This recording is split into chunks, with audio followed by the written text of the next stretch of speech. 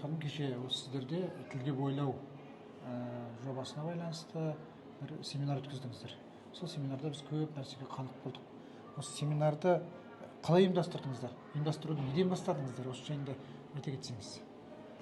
Бұл семинар өзі біз негізі тілге бойлау жобасындамыз қазір. Астана қаласы бойынша 2024 жылдан бастап 20 балабақшаның арасында тілге бойлау пилоттық жобасы жүріп жатыр. Бірақ біз бұл пилоттық жобаны 3 жыл бұрын бастап кеткенбіз. Өйткені мен осы балабақшаға 2019 жылы келген жылдан бастап бізде осы қазақ тіліне үлкен мән беріп, ол кезде бізде рухани жаңғыру аясында жұмыс жасадық 2019 жылдан бастап. Сол кезден бастап біз орыс топтарына ең бірінші өзім көз салып, сразу сол орыс тобынан бастап кеттім.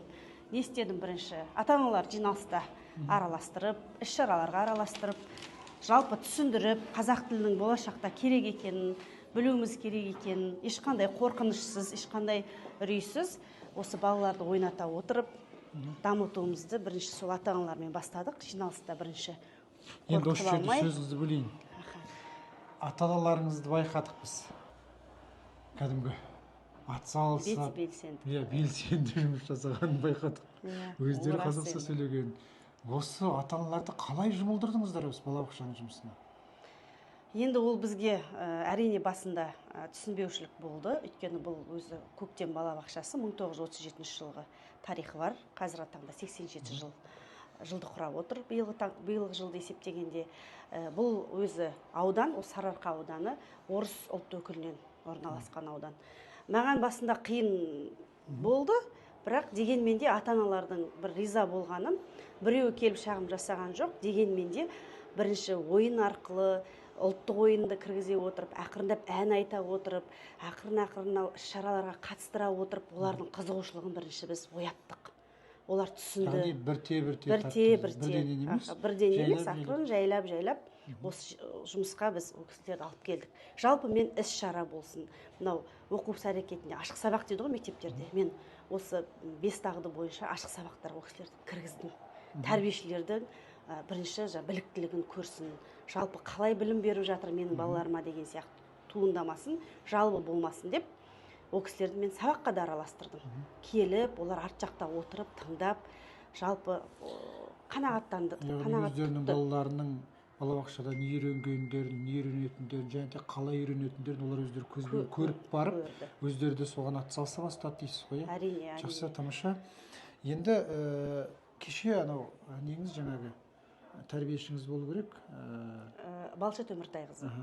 Қазақ тілі маманы. Қазақ тілі сөйлеген уақытта ол кісі қандай да мынандай бір мимикаларды, ол кісі қимыл іс-әрекеттерді қолдана отырып, мнемотехникасын қолдана отырып, соны қолдана отырып балалармен бұл жайында өзі айтады. Өзі айтады ол кісі. Негізі қазақ тілі маманы жалпыны ақылы үйірме деп жатырмыз ғой, қазір барлық балабақшаларда бар. Сол ақылы үйірмеге бір қызығатыным, біздің қазақ тобының балаларына қарағанда, біздің орыс тобының балалары 80% келіп жүр қазақ тіліне. Ешқандай қарсылықсыз.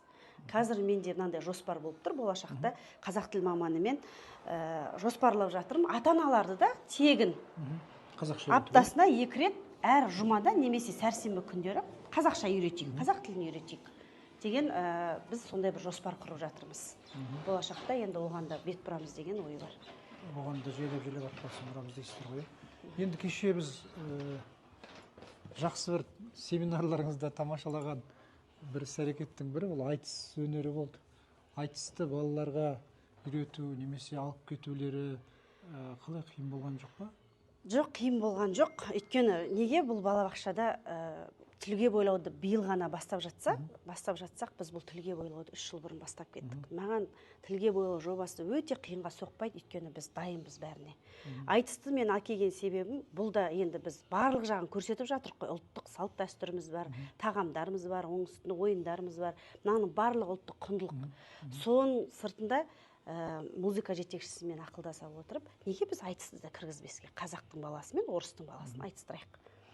Ата-анасына сөзім бердік, ата-анасын шақыртып алдым, сөйлестім, келісті ата-анасы. Тіпті жақсы. Ол жерде көтеріңкі көңіл күй, халықтың несін алсын, көңілін алсын деген. Сөзін кім жазды? Сөзін өзім жазып бердім. Ақындығыңыз бар ма? Ақындығым да бар. Торғай жерінің қызымын, Ахмет Байтұрсынов атам туған жерденмін. әрине өзім сөзін жазып бердім, ешқандай қиыншылық туған жоқ. Өздеріңіз куә болдыңыздар, қандай таптамаша айтысып, айтыс өнерін көрсетті. Енді осы жерде семинардың соңында жақсы бір сөздер айтылды. Әріптестеріңіз өздерінің бір жүрек жарды ақ тілектерін айтты десе болады. Есіңізде бар ма? Қандай сөз есіңізде қалды? Кімнің сөзі есіңізде қалды? Әрине, әлде мына жерден көрсетейік пе? жоқ, есімде жалпы барлығынікі қалды. Ең бірінші, әрине, сіздердің қолдап, көш бастап келгендеріңіз бізді ризашылығымыз танытты. Өйткені сізді мен бірінші жыл ғана танымаймын, өзіңіз білесіз, 44 балабақшасынан осындай ұлттық құндылықта. Жалпы мен өзім осы қазақ тілін дәріптеп жүрген азаматшаның бірімін. Сіздердің келгендеріңіз, сіздердің тілектеріңіз, осындай тілге бойлауда, осындай семинар, орыс ата-аналардың, орыс топтың балаларының өйстіп сайрап тұрғанын көріп, сіздер бізге соны шынайы түрде сипаттап, жақсы тілектер жаудырдыңыздар. Рахметімді айтамын. Әрине мамандары көп болды осы жерде. Жалпы барлық әріптестер осы тілге бойлау жобасын шын мәнінде керемет өткенін ойнап кетті деп айта аламын. Бір не көрсеттіңіздер? Хор, көңілді хор ма? Хор ол еркемай, ол халық ауыз әні. Ерте, ол деген енді қалып кеткен әндер ғой. Қазір соны өзіміз музыка жетекшісі бар, әдіскерім Айнұр Темірбековна бар, барлығымыз отырып, неге біз сол халық аузын әнінен де бір қоспасқа деп, ата-аналарды да ол жерде шақырып алып, кабинетке ата-аналар шақырып алып, осы міне еркемай сөзі міне мынау, көмектесеміз өзіміз, бәріміз бірге осы өлеңді айтып, семинарымыз неге тамаша аяқтамасқа деп айтып едім, ата-аналар тағы да келісе кетті. Не айтқым келеді? Сондықтан ата-аналарды жақсы жағына қарай тартып, көңіл күйді көрсетіп, бұл жерде балаларына риза, өйткені біздің тәрбиешілер, біздің мамандар шынымен осы жұмысты атқарып жатыр. Ешқандай қиыншылық туған жоқ. Сол халық ауыз әні жаңа еркемайды оркестрға сала отырып, орыс тобымен тағы да шырқап берді. Өте жақсы деңгейде орындап берді. Кешегі қазақ тілінде балаларды үйреткен осы Балсат ханым ғой? Балшат Өміртайын аға. Балсат ханым, сіз балаларды қазақша үйрету үшін қандай әрекеттер жасадыңыз? Менде өз тәсілім бар. Ол жест, мимик арқылы балаларға үйретемін қазақ тілін негізі. Қанша уақыт кетеді бір баланы қазақша сөйлету үшін? Енді балалар әртүрлі болады. Біреу лезде оғады. Сіз көбінесе андай қазақша сөйлеткен уақытта сөзбен бірге бір жесттер жасады. Сол жесттер қаншалықты жеңіл? Өте жеңіл мен ойымша.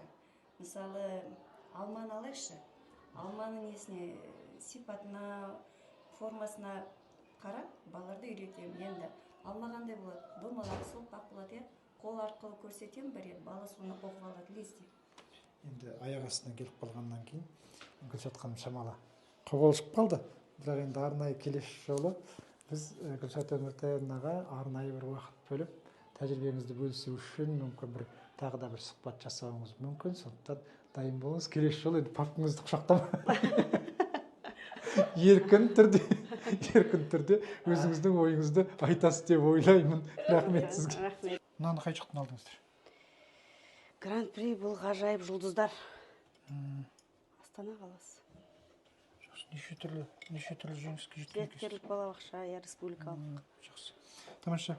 Венера Серкішбайқызы, өздеріңіздің іс тәжірибелеріңізді бөлісіп, бізбен осылай бізге уақыттарыңызды бөліп, өзіңіздің білетін білікті мамандарыңызбен бірге өздеріңіздің жұмыстарыңызды бөлісіп жатқандарыңыз үшін рахмет. Жақсылықта жүздесейік.